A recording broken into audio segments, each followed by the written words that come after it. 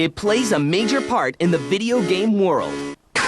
You have your programming and your design, which is 1/3. You have your visual, animation, motion capture, that's 1/3. And you have your audio, which is 1/3. And has grown, just like the industry that leads it. Back then, when I was growing up, it was all about bleeps and bloops. When the music was doo-doo-doo-doo-doo. Originally with video games, it was so limited by what the systems can do.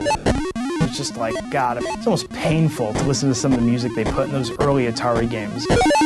But the people who create it often go unrecognized. I know the games and I know the music, but again, the composer name. And now credit where credit is due.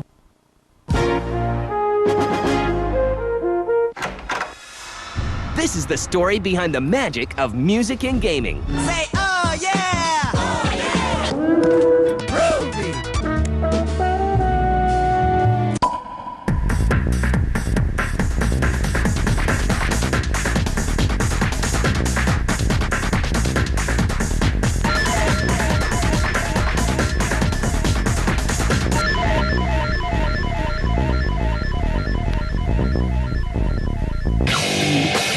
Back in the time of big hair and Reaganomics, music and gaming was little more than beeps and boops. But despite these technical limitations, a small group of talented music makers began to make their mark on the gaming world. Two of these pioneers were Clint Bajakian and George Sanger, a.k.a. the Fat Man. The Fat Man, George Sanger, was a promising physics engineering major in a small liberal arts college in California. There was the potential for him to do something really great in the scientific world, but he got distracted by a couple of things. Number one is that the band was doing very well, you know, and the promise of being a rock star seemed very nice. I marched in a marching band at my elementary school in Concord, Massachusetts. Then I moved on to guitar, and I just started to play, you know, rock and roll and folk and everything. I had this idea that the Beatles just sort of stood out above everything else in my life. And I thought, what is it about them that makes them so great? And how can I capture that and emulate it and spread that kind of goodness to people? I took classical guitar at the New England Conservatory, also majored in music theory, and then finally got my master's in composition at the University of Michigan. It seemed like in normal music, that all the trees had been cut down in that forest, you know what I mean? So I decided nonetheless, I'd dedicate myself to my band because that seemed like the thing to do, and my grades kind of fell off a little bit in the physics area. And I got myself a music major. Fate steps in right around graduation. I was just finishing up my master's degree, about to step off into the real world, and I got a phone call from an old friend of mine, Michael Land, who had answered an ad in a newspaper in the San Francisco Bay Area for a composer and a programmer. It turned out to be, at that time, Lucasfilm Games Division. He got the job as the one-man sound department, and very quickly, in 1991, the need for full-length scores came into being, and he gave me a call, and I moved out to the Bay Area in a heartbeat. Soon after, Clint is working on his first game. It was Indiana Jones and the Fate of Atlantis with Hal Barwood.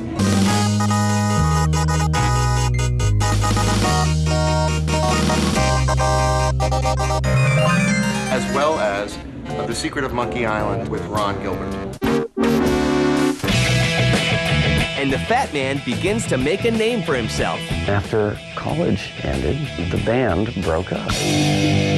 And there I was, promising smart guy, should have had a career, and I got nothing but the strange admiration of games, which seemed like rock and roll used to be.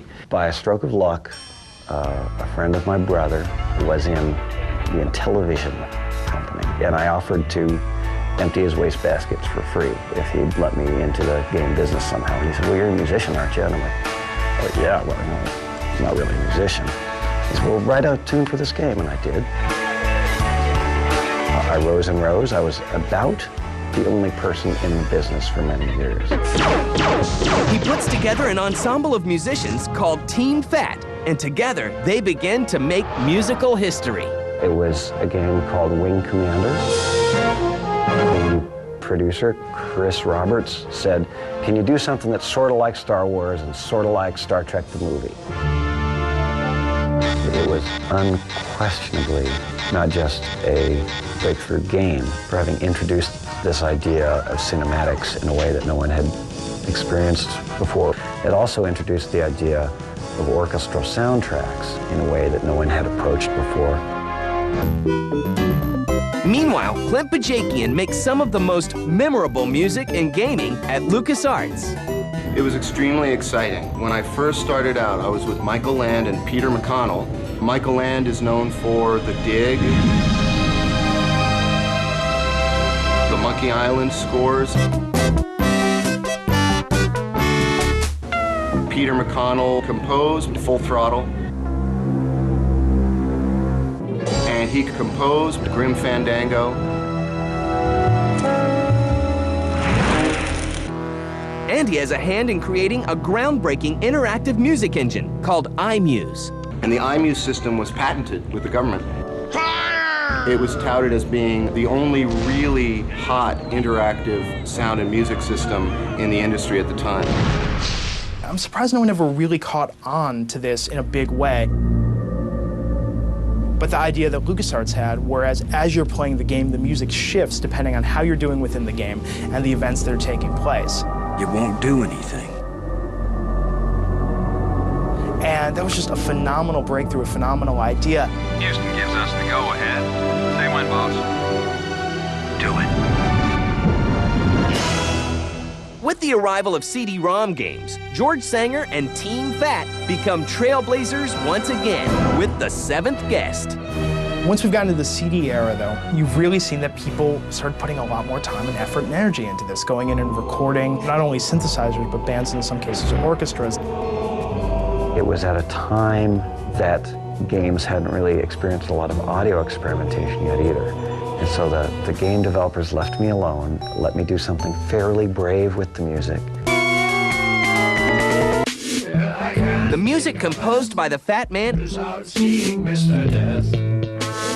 and Clint Bajakian, these two pioneers will help pave the road for a new batch of game music makers. Good shooting, mister.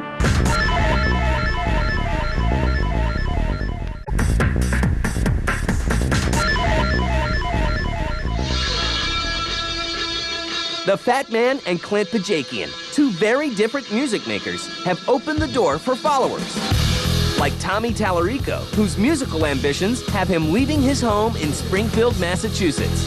When I turned 21, I decided I'm going to go up to California. I'm going to do the whole, be a rock star, move to Hollywood thing. So I literally got in my car, packed up, didn't have any money, didn't have a place to stay, didn't know anyone, nothing. Just wanted to be a musician. I drove all the way across country. I showed up in Hollywood. Meanwhile, on the other side of the world in Japan, another future music maker gets his first exposure to some American tunes. When I was junior high, I always listened to Led Zeppelin. And in that high school, I was addicted with listening to the contemporary jazz and punk and progressive rock together. So it was very mixed and various kind of generations, like 70s or 60s. And the European music, American music, Japanese music. So it's all mixed together. But things for Tommy in Hollywood aren't so glamorous. So I picked up a newspaper, and I saw a job for selling keyboards at a guitar center, a national music chain. And I said, well, I can do that, I guess. I don't know. I went there, and I got the job that same day. I was homeless at the time. I was sleeping on the beach. I didn't have any money. And they said, you start tomorrow. So I started tomorrow. But an amazing stroke of luck changes his life forever. Next day, I come in. The very first person who walked in, I was wearing a video game t-shirt that day. First person who walked in happened to be a producer at Virgin, who Virgin Records and Virgin Airlines, and they were starting a new video game company. And they said, hey, we're looking to hire people for video games. And just like that, Tommy gets his first job in the gaming industry. But it doesn't have anything to do with music. Now, I was originally hired as a games tester, because they didn't need a music thing because they were just starting out. And I said, look, whenever you need music, let me know. I'll do it for free. If you don't like it, don't use it, don't pay me, whatever. I'll do it for free. And Tommy's persistence soon pays off. I'd bug them every single day. And finally, they gave me a shot to do music for a game called Prince of Persia. And I learned everything I could, and I sat down with the programmer, and I didn't know anything, but I knew music. And we implemented it, and the rest is history, as they would say. Back in Japan, Masaya begins a career of his own. I was a signed artist with Sony Music. I was composing music by using computer. And I have the partner, female singer, and just a two-people band. But the regular musician gets an itch. I wanted to do much more something. So game will be very easy to combine the various kind of impressions together. So I moved to the game industry. Back in America, Tommy begins to gain notoriety. And a big part of that is due to an earthworm named... So that was really fun. And I'd come up with the voicings, the sound effects, and the music was kind of wacky and zany.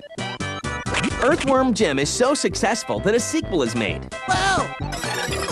Around the same time, Masaya gets a letter that will jumpstart his music career. I got a letter from Vice President of the Sony Computer Japan. In the letter was, I want to make something on the PlayStation. That's it. How can I do that? And development of a strange new PlayStation game begins in secret. And during the development of the Parappa 1, almost no one didn't know about that. You gotta do what? I gotta believe! And the very end of the development, still the many people didn't think that this is a game. No, kick! Kick! Punch! Punch! Parappa the Rapper is released for the PlayStation in 1996. Once more now, kick, punch, block! Kick, punch, block! And the response in Japan is incredible. A game like Parappa the Rapper, it's perhaps the first truly musical video game. It's almost like a hip-hop Moulin Rouge sort of thing, you know what I mean? Where the music is so in there and it seriously enhances the gameplay.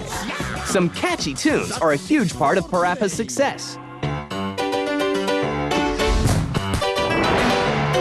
All right, we're here, just sitting in the car. I want you to show me if you can get far. They found a way to take the music and make the music so much a part of the game that the fact that it was great music really enhanced the gameplay.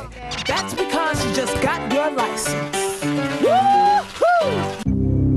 And Tommy Tallarico sets another benchmark. Well, I was the first musician to ever do a video game soundtrack album. In 1994, I had a worldwide record release on Capitol Records called Tommy Tallarico's Greatest Hits Volume 1. But some people aren't impressed. I think the gamers, if they like the music, they'll listen to it when they play the game. I don't think you're gonna see much of an urge for people to be driving around in their car, you know, blasting the soundtrack, you know, to a Final Fantasy or Earthworm Jim. You know, I just don't think it's gonna happen. Tommy isn't deterred. The last CD soundtrack I did was for the James Bond game, Tomorrow Never Dies. And this is cool. You know, that's really neat.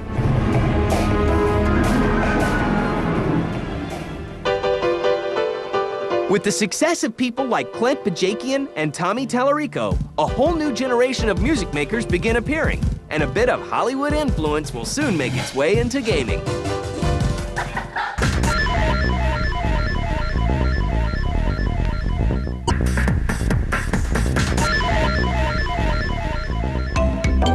As the quality of music and gaming grows, Hollywood begins to take notice.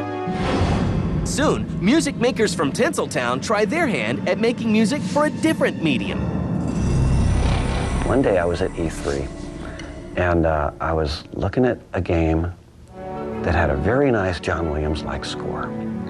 And I wasn't wearing the outfit. I asked the guy at the booth, said, wow, I said, who wrote that music? And he said, well, I probably shouldn't tell you this because it's a secret, but John Williams wrote that music. I I said, whoa, man. Perhaps one of the most active Hollywood musicians to cross over is Scott Gershon. I started originally doing cartoons. I did Defenders of the Earth, I did Transformers, G.I. Joe. Then I made my way into television, a TV show called Beauty and the Beast. I've been very fortunate, I think, in my life to work on a variety of shows. Born on the 4th of July was special to me. So was JFK. It was just a very interesting way of utilizing sound design in a musical fashion and being able to have emotional impact with it. It was also fun working with John Williams. My first game was Pitfall Harry, the Might Adventure with Activision. And he has an easy time translating his skills from TV and film to games. The technology we always used in film were samplers and synthesizers. So when I saw a lot of the game consoles, to me they were just another synthesizer. So all of the memory constraints and everything else that we had to deal with was just par for the course. And I don't know, I've always been a fan of games. And we just kind of grew it from there. And like many others before him, he pushes the envelope. With Pitfall, when I saw the engine, I said, great, could we do interactive music? I want to be able to turn tracks on and off. I want to do this, I want to do that. And they're all looking, going, well, yeah, the box can do it, but we don't have the software. So great, can we make it? Can we write the software? Yay, you know, and we did. But Hollywood hotshots aren't the only people getting involved. A new breed of young composers blaze their own trails. Stephen Rippey and Kevin McMullen's work on Age of Mythology from Ensemble Studios is a great example of modern sound design and music in gaming. We started off the project knowing that we wanted to build up our libraries as much as we could. We took trips to the zoo, and some water parks, and around the office with mics and tape recorders, and we hit things, and we hit each other, and we yelled and screamed, and at the end of the day we have what we hope sounds like a bunch of Minotaurs and Pegasi. In this game, we've integrated a lot of live instrumentation. Bring them in and incorporate them into the music. And this music system is also a dynamic music system. So while you're playing the game, it changes moods based on what's going on, whether there's a lot of action or if you've had a big loss. The music seamlessly mixes down to sort of a mellow mix version. And then if there's a big battle, this battle music cuts in, and it's this big orchestral kind of thing. Scott's work is good, and the work keeps coming in. We've done a lot. One of the things was I was the lead designer at SoundLux and created SoundLux DMG. I'm the founder of it. The things we've done is Rainbow Six. Hand down. Need some backup now. We've done all the Quakes. Been able to do Undying. We've been doing MechWarrior, too. And on and on and on. But Scott enjoys the anonymity and never forgets that it's all about the games. When somebody sees one of my projects, whether it's a game or a movie, I actually don't want them to be concerned who I am. I don't want people to know who I am. Because I want them to enjoy the movie or the game. They shouldn't be going, wow, what great music, what great sound design. Because if they do that, they're not enjoying it. I'm taking them out of that. Music in games has made progress in leaps and bounds, and nobody forgets how it all began. Back then, when I was growing up, it was all about bleeps and bloops. When the music was doo-doo-doo-doo-doo. Originally with video games, it was so limited by what the systems can do. It's just like, God, it's almost painful to listen to some of the music they put in those early Atari games. You know, these kind of annoying, repetitive, catchy sometimes tunes. It was the kind of thing, if you turned it up too loud, you felt like your speaker was going to explode. They're putting out soundtrack albums, and it's been a funny progression. Yeah. I think we're at a great stage in video games right now, and things are only going to get better from here. And as far as the music goes, it's better than it's ever been before.